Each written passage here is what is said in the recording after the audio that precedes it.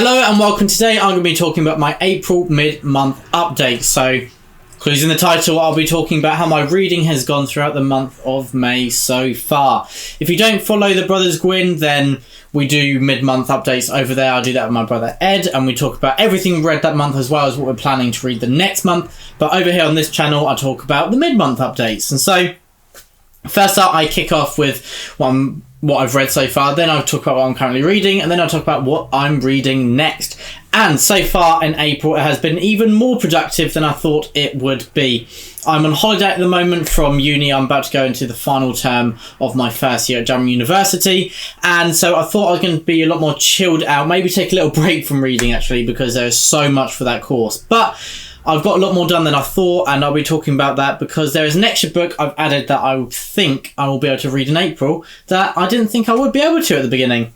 And so the first book that I read in the month of April was a book that has been on my pile for so long, and that is Return to Adan by Philip Chase. This is the third and final book in the epic fantasy trilogy that is the Adan trilogy. And yes, just to be clear, I do consider Philip Chase, the author of this, to be a friend, but I don't think that compromises my ability to talk about this honestly. This is classic fantasy mixed with modern fantasy. You've got those older tropes that we all love and adore, and that many of us grew up on reading those fantasy books, but I also love and adore the modern elements, the greyer characters, the complex kind of sides. We're not sure who's right, who's wrong, and we've got characters we're rooting for on both sides of the conflict.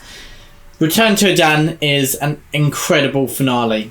I really enjoyed book one, The Way of Adan, got a review over on the Brothers Gwyn. I thought that it was a great start to a fantasy trilogy. But then I've realised that within that, Philip Chase expertly laid the foundations that allowed book two, The Prophet of Adan, to really just set off at a fiery pace and keep it up. The Prophet of Adan was a whirlwind of a journey.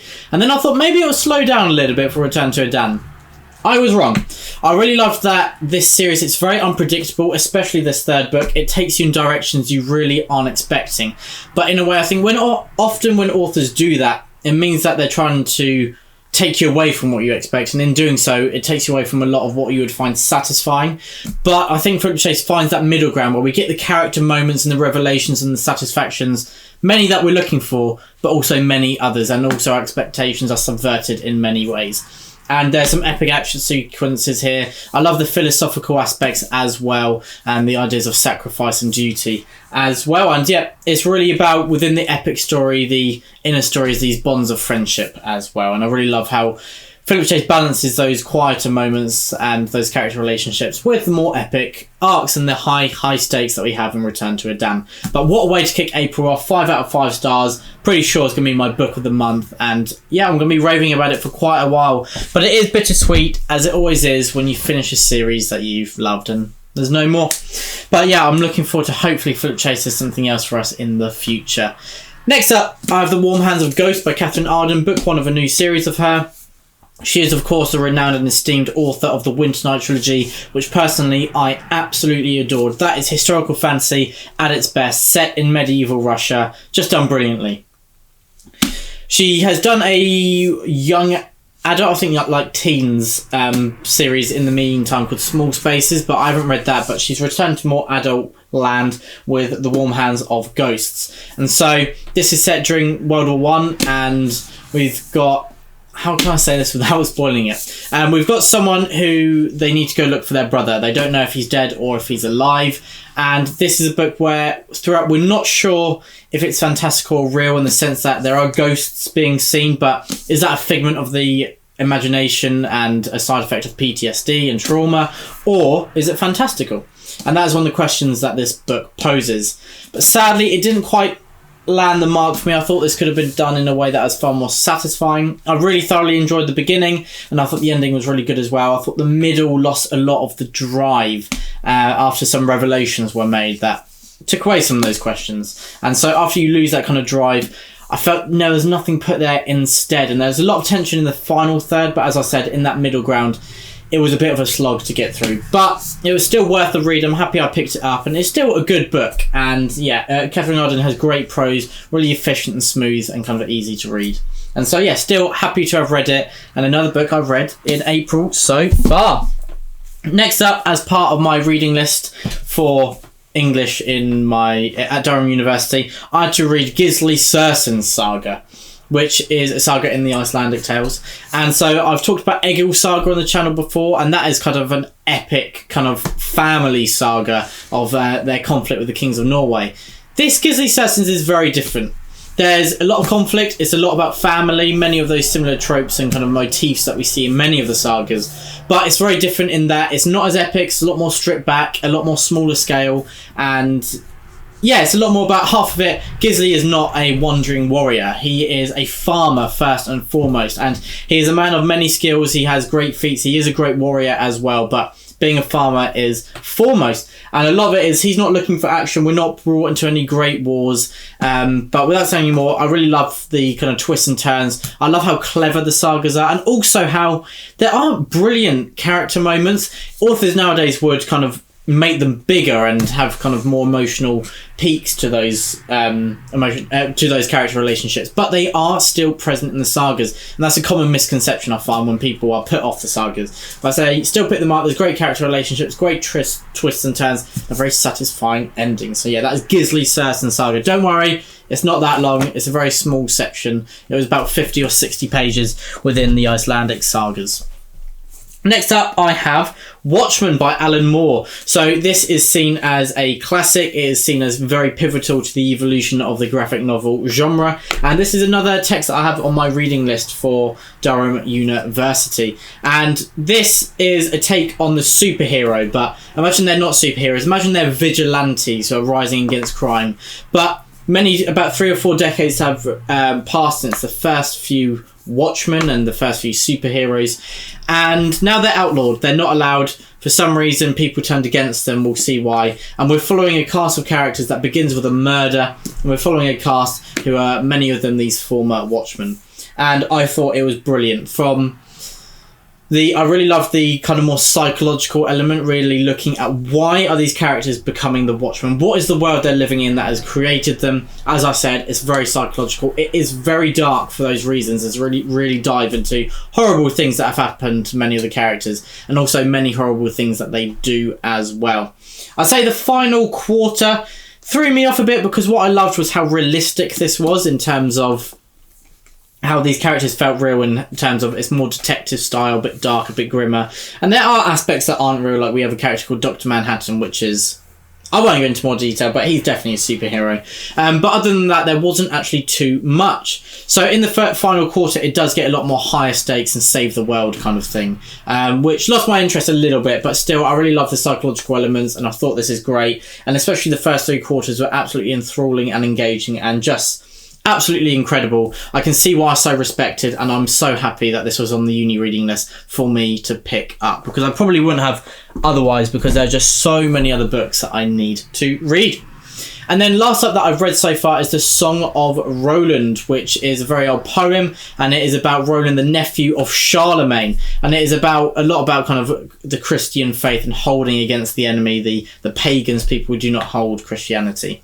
And so a lot of this is an epic battle. Roland having an epic stand, standing for duty, for everything that's right against the enemy. And so there's a lot of Christian imagery and a lot of messages within there. And Charlemagne, obviously a Christian king who is seen to have spread Christianity, is kind of heralded as a great man. And so this is not a historical text, but it is one to show many of the ideologies and thoughts and viewpoints of the time, or if not of the time, what was attempting to be spread. So it's very interesting in that way. But I just thought it was a bit... There wasn't... Like with these sagas, I said, there is that character depth and those character relationships where it's a lot more surface level, I found, in The Song of Roland, where it's epic and it's just not as good as the sagas. And so The Song of Roland, another text that has added to my repertoire of kind of more of this period, is part of my Epic and Legend of Literature module. So yes, added to that, added to give me a bit more information, but not one for me. And now that's all the books that I've read. Now going on to what I'm currently reading. I'm currently listening to via Audible Godkiller by Hannah Kaner. And this is one that really exploded onto the scene, in the fantasy scene, in 2023 on its release. It's done really brilliantly, and I believe Butcher is called Sunbringer, and that came out a month or 2 ago and has really done well as well. So it piqued my interest. What a title, by the way. One of the best titles within fantasy. Godkiller. Immediately got my attention. I'm hooked. And the beginning of this is brilliant as well. I found that it's taking a little time to build up after that introduction to really hit its drive, but I'm about a third of the way through now and I'm feeling that really picking up. I'm feeling immersed, I'm feeling engaged, and I feel like I could really be hooked by this story. And so far I'm not blown away, but I can see a lot of potential for really a great read that hooks me. And yeah, there's a great premise and great title, as I said, and the characters as well, they seem to be really good. And again, the key word here is potential. I can see a lot of potential where this goes. I'll just have to see if it reaches that potential, so fingers crossed. And so that is the book I'm currently listening to. And then I haven't actually started yet because I finished The Song of Roland literally just before recording, but via Kindle I'm going to be reading How Europe Underdeveloped Africa. And so I have exams at Durham University in a few weeks, and so this is research for one of my history modules, which is called Power in Africa. And so this is really giving me kind of context on a continental perspective, and it'll be a lot kind of a wider view, wider lens, where throughout the course I've done a lot of case studies, but I'm hoping that this can really tie it together and give me a lot of broader information that I can link to all those case studies.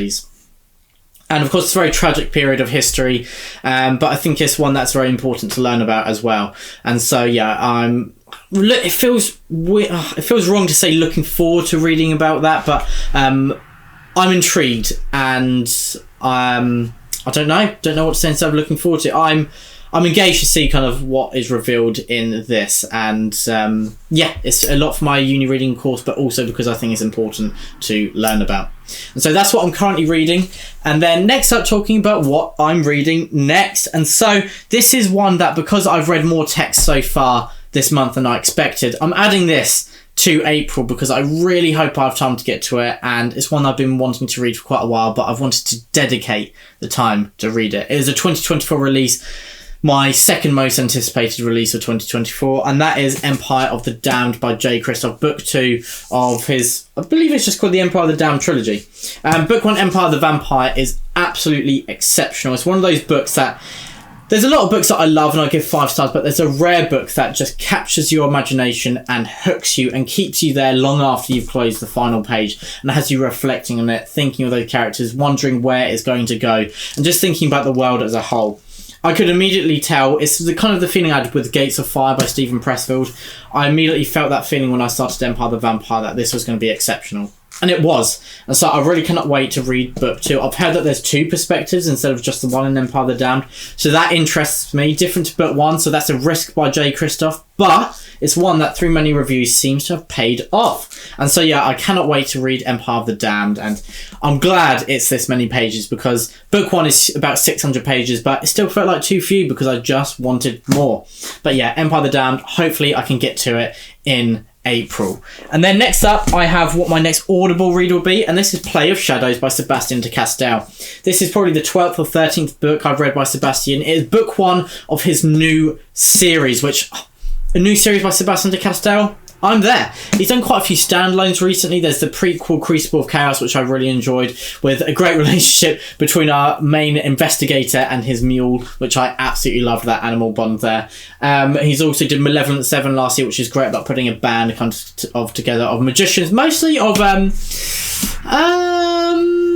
questionable motives, but it's really great. And I cannot wait to read Play of Shadows, back in the land of the Grey Coats, which was his original 4-book series. What is that called? I don't know. Quartet. And that was great. And Sebastien de Castell, I've had the pleasure of meeting him in real life. He is incredibly funny, and he's a very kind person as well. And he brings that into these books. There's a lot of heart and there's a lot of humour. And I love the mysteries that are tied along these pages as well. And so I expect more of the same. One of the most consistent authors out there. And I expect to have another enjoyable read with Play of Shadows.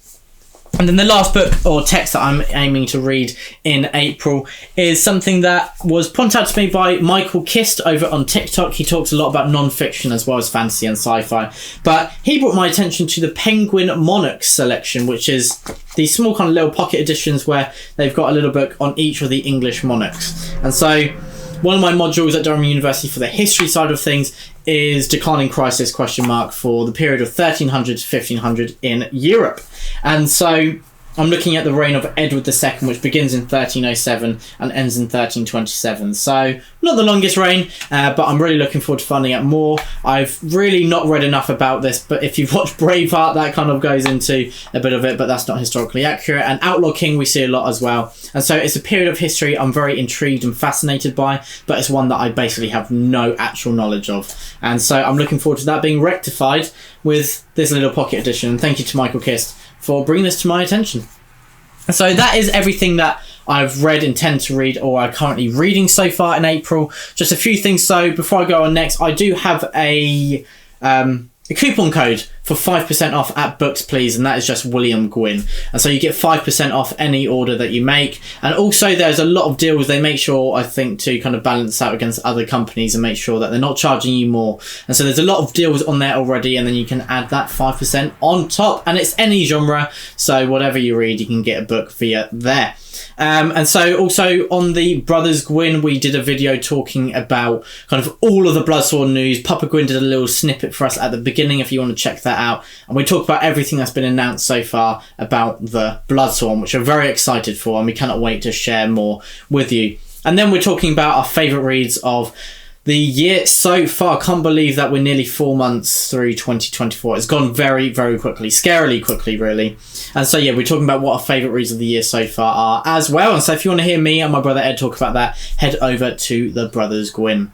But there we are. That is my April mid-month update. So everyone, thank you so much for watching. Let me know how your reading month has gone so far. Let me know what you're reading. Any great standout reads so far? Has it been a month of quantity or quality, or not so much yet?